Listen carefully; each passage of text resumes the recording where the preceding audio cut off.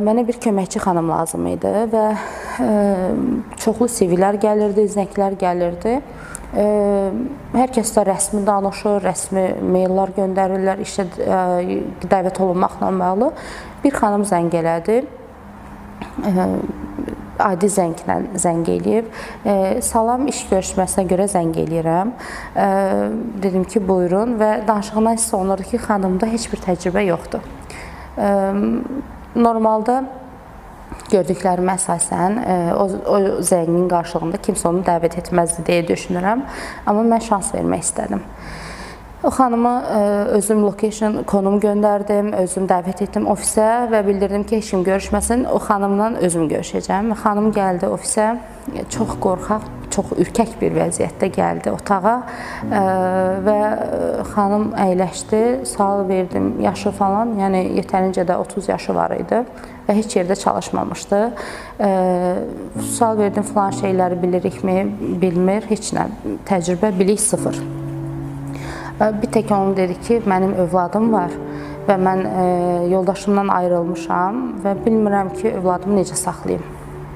Bu söz mənə çox təsir elədi və bildirdi ki, mənim məsələn yoldaşım atamla, anamla mağazinə gedir və övladımın istədiklərini atam, anam alır onun üçün. Mənim gəlir yerim yox, mən övladıma bir ana kimi heç nə ala bilmirəm. Mən övladıma ayda bir 100 manatlıq da nəsə alsam, o mənim üçün kifayətdir. Mənə 100 manat maaş verin, amma mən bilim ki, övladıma 100 manatlıq nəsə alacam. Bizim də müəyyən işə götürməklə bağlı kriteriyalarımız var idi. Dil biliyi olsun, filan şeyləri bilsin və mən yığdım xanıma ki, bizim elanı silin artıq, mən işçi tapmışam. Dedilər, kimdir? Dedim, bəs bir xanım tapmışam, hər şeyi də bilir, amma halbuki heç nə bilmirdi. Və xanıma dedim ki, sənə kim nə soruşsa, işlə bağlı, sənə kim nə tapşırıq versə, gəl mənim otağımda, mən sənin üçün eləyəcəm, onu öyrədəcəm sənə və sən get, onu özün etmiş kimi göstər, təqdim elə.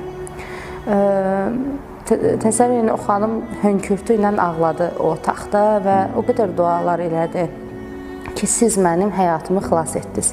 Mən o əzabdan, istirabdan, o fikirlərdən çıxdım və evə girəndə bir ana kimi oğlumla rahat mağazinə də gedəcəm.